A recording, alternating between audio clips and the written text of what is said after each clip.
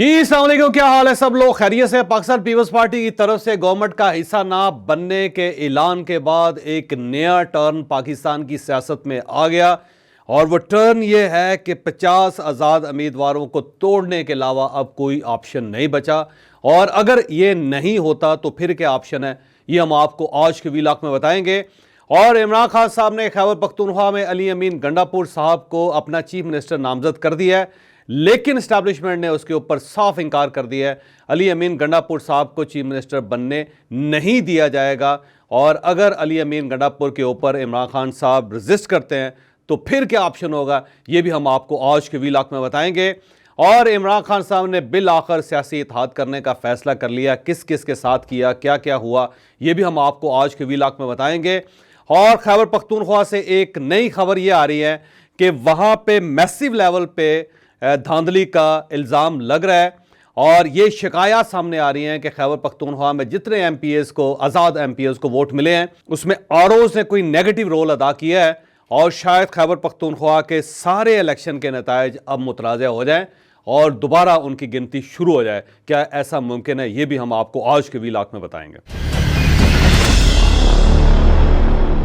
जैसे दुनिया के हर लीडर की कोई ना कोई खामी होती है और कोई ना कोई खूबी होती है, बिल्कुल इसी तरह मियां नवाज शरीफ की भी एक खामी है और एक खूबी है। जिस तरह इमरान खान साहब की कुछ खामी है, कुछ खूबियां, जैसे कि इमरान खान साहब को कोई शख्स ज़बरदस्ती मनवा नहीं सकता, बल्कि उनको प्यार से नहीं मनवा सकता। जो उनके जहन में आ जाता है सिर्फ और सिर्फ वही उसी को हकीकत समझते हैं। इसके अलावा किसी शख्स की बात मानने के लिए वो तैयार नहीं होते। जैसे कि उनके जहन में ये बात बैठ गई है कि मुझे 170 सीटें मिली हैं कौमी असम्बली की, तो अब कुछ भी हो जाए, जब तक 170 सीट्स मुकम्मल नहीं होंगी इमरान खान साहब अपने मौक़िफ़ से पीछे नहीं हटेंगे, क्योंकि जो दिमाग में उनकी वेव आ जाती है वो उसको फौरी तौर पे होल्ड कर लेते हैं। इसी तरह उनका ख्याल ये है कि पंजाब के अंदर उनकी अक्सरियत है और उन्हें हराया गया है, तो लिहाजा जब तक पंजाब के अंदर उनकी गवर्नमेंट नहीं बन जाती वो किसी दुनिया की ताकत से नहीं मानेंगे। ना उनको ज़बरदस्ती मनाया जा सकेगा और ना ही उनकी मिन्नत करके उनको समझाया और मनाया जा सकता। तो ये उनकी खूबी है या खामी है, लेकिन ये उनकी पर्सनैलिटी का एक ट्रेड है। बिल्कुल इसी तरह मियां नवाज शरीफ का एक इशू ये है कि अगर आप प्यार से उनसे बात कर लें, प्यार से उनको समझा लें या उनकी मिन्नत कर लें तो वो समझ भी जाते हैं, मान भी जाते हैं। लेकिन अगर आप ये कहें कि वरना, तो उसके बाद मियां नवाज शरीफ जो हैं वो बिफर जाते हैं और वो बाकायदा एक जगह पे स्टैंड ले जाते हैं और फिर वो अपनी पोजीशन से नहीं हटते।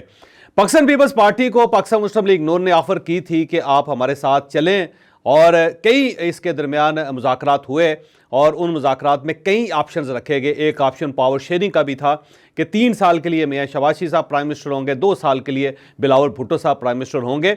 और यहां मैं आपको यह बताता चलूं कि आसिफ अली जरदारी साहब पावर शेयरिंग के हक में भी थे और एक कोलिशन गवर्नमेंट के हक में भी थे, लेकिन बिलावल भुट्टो ने सी में बैठ के जब लोगों से राय ली तो अक्सरियत की राय ये थी कि हमें हुकूमत में नहीं जाना चाहिए, क्योंकि हम गवर्नमेंट में अगर चले जाएंगे तो अगले 5 साल के बाद हम मुकम्मल तौर पर ख़त्म हो जाएंगे। तो बहरहाल उस पर बहुत ज़्यादा एतराज़ात आए सी में और उसके बाद ये फैसला हुआ कि पाकिस्तान पीपल्स पार्टी पाकिस्तान मुस्लिम लीग नून को प्राइम मिनिस्टर बनाने में यकीनन उनकी मदद करेगी और शायद गवर्नमेंट के बेंचेस पे भी बैठे, लेकिन उसके बाद गवर्नमेंट का हिस्सा नहीं बनेगी, वजारत नहीं लेगी। लेकिन इसके साथ ये भी फैसला हुआ है कि सदारत हमारा हक है, सदर आसिफ अली जरदारी साहब होंगे, चारों सूबों में गवर्नर जो है वो पाकिस्तान पीपल्स पार्टी के होंगे और chairman Senate Pakistan Peoples Party के होंगे और स्पीकर भी पाकिस्तान पीपल्स पार्टी के होंगे। और इसके अलावा पाकिस्तान पीपल्स पार्टी आने वाले दिनों में एक बड़ी लिस्ट भी तैयार करेगी जिसमें बेतहाशा बेशुमार जो इदारे हैं उनके अंदर जो चेयरमैन्स हैं, उनके अंदर जो सेक्रेटरीज़ हैं, उनके अंदर जो डीजीज़ हैं, उनके अंदर जो एमडीज़ हैं, वो भी पाकिस्तान पीपल्स पार्टी अपने लगवाने की कोशिश करेगी। लिहाजा ये जो डील पाकिस्तान पीपल्स पार्टी की तरफ से आई है, इसमें सिर्फ और सिर्फ पाकिस्तान पीपल्स पार्टी का फ़ायदा है कि वो पाकिस्तान मुस्लिम लीग नून को गवर्नमेंट दे के उनमें से सारे इख्तियारात वापस खींच लेगी। यानी किसी जगह पे भी पाकिस्तान मुस्लिम लीग नून स्टैंड नहीं कर सकेगी, ना सेनेट में कर सकेगी, ना वो कौमी असम्बली में कर सकेगी। चारों गवर्नर्स जो होंगे पाकिस्तान पीपल्स पार्टी के होंगे और इसके अलावा ईवान सदर में भी पाकिस्तान पीपल्स पार्टी का सदर बैठा होगा, बल्कि आसिफ अली जरदारी साहब बैठे होंगे और जो बड़ी कॉरपोरेशंस है पाकिस्तान की, उन सब के चेयरमैन, उन सब के एमडीज, उन सब के डीजीज जो होंगे वो भी पाकिस्तान पीपल्स पार्टी के पास होंगे। लिहाजा फंड्स हो या ओहदे हो या इख्तियारात हो, वो पाकिस्तान पीपल्स पार्टी इंजॉय करेगी।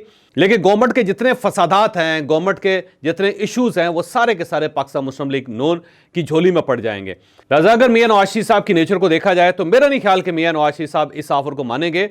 और अगर मियां नवाज शरीफ साहब इस ऑफर को कबूल कर भी लेते हैं तो ये मियां नवाज शरीफ साहब की ज़िंदगी की सबसे बड़ी सियासी गलती होगी और इसका खमियाजा पाकिस्तान मुस्लिम लीग नून पूरी ज़िंदगी भुगतती रहेगी। मेरा नहीं ख्याल फिर उसके बाद पार्टी कभी अपने पाँव पे खड़ी हो सकेगी। तो अब अगर उनकी नेचर को देखा जाए तो मियां नवाज शरीफ साहब इस पर स्ट्रेटली इनकार कर देंगे, और अगर वो इनकार कर देंगे या उन्होंने इनकार कर दिया है तो फिर उसके बाद ऑप्शंस क्या क्या बचेंगे। उसके बाद दो ऑप्शंस हैं रियासत के पास।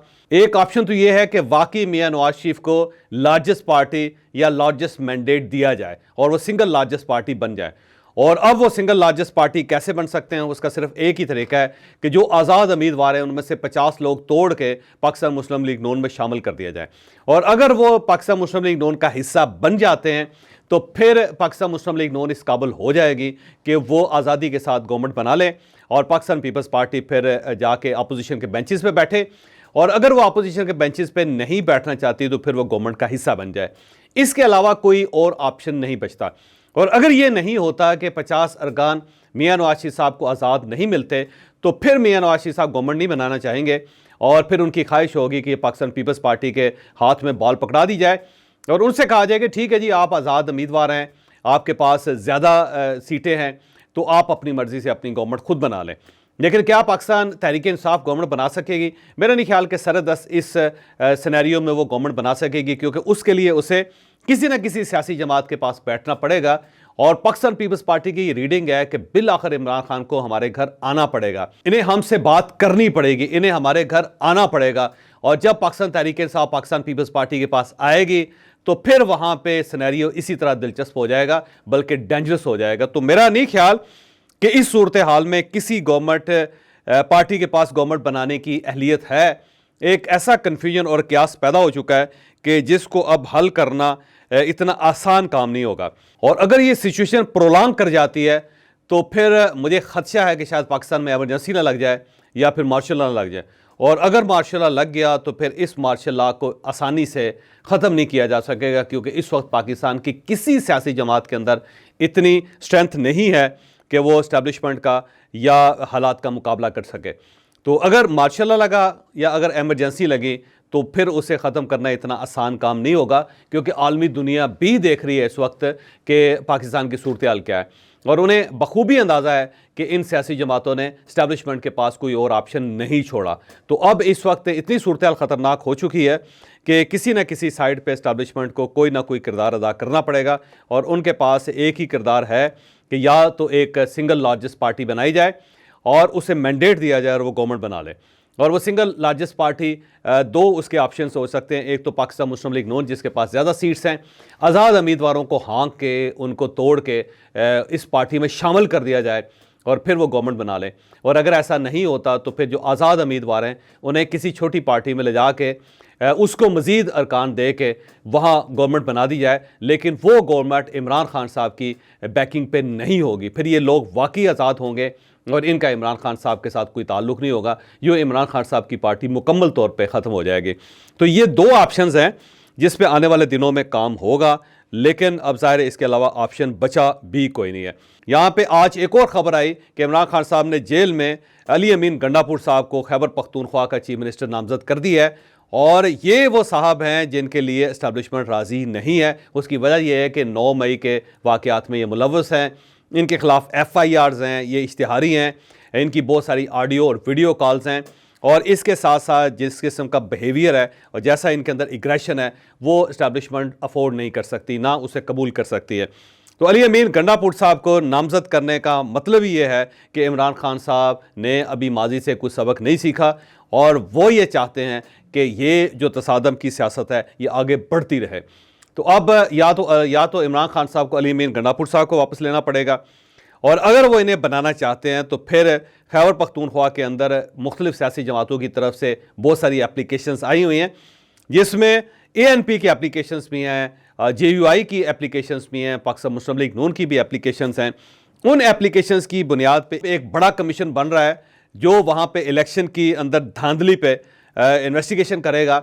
और कुछ लोगों का ख्याल ये है कि वहाँ पे आरओज़ इस्तेमाल हुए हैं। जिस तरह पाकिस्तान तहरीक इंसाफ को वोट मिले हैं वो वोट नेचुरल नहीं है, और वहाँ पे फिर एक नए सिरे से एक नया चैप्टर खुल के वहाँ से फिर देखा जाएगा कि क्या वाकई पाकिस्तान तहरीक इंसाफ के आज़ाद उम्मीदवारों को इतने वोट्स दिए गए हैं, मिले हैं, या फिर ये बाकायदा मैनेज किए गए हैं। तो ये एक नई सूरत वहाँ पे पैदा हो रही है, क्योंकि ये खबर भी आज सारा दिन गर्दिश करती रही कि आरओज़ के ऊपर इल्ज़ाम लग रहा है कि उन्होंने पाकिस्तान तहरीक इंसाफ के साथ मिल के वहाँ पर बेतहाशा ठप्पे लगाए और धांधली की, क्योंकि इतना बड़ा मैंडेट जो है खैबर पख्तूनख्वा में तवक्को नहीं की जा सकती थी कि इमरान खान साहब को मिलेगा। तो अब अगर अली अमीन गंडापुर साहब को पीछे नहीं किया जाता और वहाँ पे कोई एक मोतदिल मजाज CM नहीं लाया जाता, तो फिर उससे पहले ये मामला जो है वहाँ पे खुल जाएंगे और शायद पूरा इलेक्शन ही खैबर पख्तूनख्वा का उसे दोबारा करवाना पड़ जाए, या उसकी जो उसके अंदर से नई चीज़ें निकल आएँ। इसके साथ साथ इमरान खान साहब ने 2 कार्ड्स और खेले। कल उन्होंने जमात इस्लामी के साथ खैबर पख्तूनख्वा में इत्तेहाद करने का फ़ैसला कर लिया। उसका फ़ायदा ये था कि आज़ाद उम्मीदवार जमात इस्लामी में शामिल हो जाते और वहाँ पर उन्हें मखसूस सीटें मिल जाती। लेकिन इस ऐलान से पहले जमात इस्लामी ने वहाँ से 2 सीट्स हासिल की थी, लेकिन क्योंकि उनके नताइज मुतराज़ा थे और उसके बाद इलेक्शन कमीशन का फ़ैसला आ गया जिसके मुताबिक वो 2 जो सीटें थी वो भी आज़ाद उम्मीदवारों को मिल गई। जमात इस्लामी वहाँ से मुकम्मल फ़ारग होगी। अब एक जमात जो असम्बली के अंदर ही नहीं है उसके साथ इत्तेहाद करने का पाकिस्तान तहरीक इंसाफ को कोई फ़ायदा नहीं होगा, लिहाजा वहाँ से इत्तेहाद का इम्कान तो ज़ीरो हो गया। उसके बाद इमरान खान साहब ने वफाक में मजलिस वहदतुल मुस्लिमीन, जिनके राजा नासिर अब्बास साहब उनसे मुलाकात करने के लिए जेल गए थे, उनके साथ वफाक में इत्तेहाद बनाने का फ़ैसला कर लिया और मजलिस की एक सीट कौमी असम्बली में मौजूद है और यहाँ पे उनका इत्तेहाद हो सकता है। लेकिन क्या ये इत्तेहाद भी मुमकिन होगा, इसका फ़ैसला मेरा ख्याल है आज की रात हो जाएगा और कल मैं आपको इस पर अपडेट करूँगा कि अगर ये हो जाता है तो क्या कहीं ऐसा ना हो कि इमरान खान साहब की पूरी पार्टी गायब हो जाए और उसके बाद मजलिस वहाँ पे गवर्नमेंट बनाने के काबिल हो जाए और वो गवर्नमेंट जो है उसका इमरान खान साहब के साथ कोई ताल्लुक़ ना हो।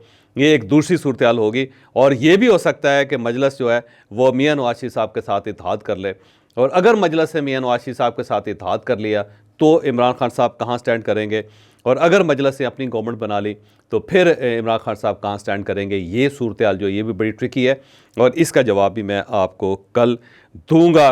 लेकिन बहरहाल एक नई सूरत हाल पैदा हो गई है और इस सूरत हाल में किसी तरफ कोई ऊँट बैठता हुआ नज़र नहीं आ रहा। पाकिस्तान वाकई रियली क्राइसिस के अंदर मौजूद है।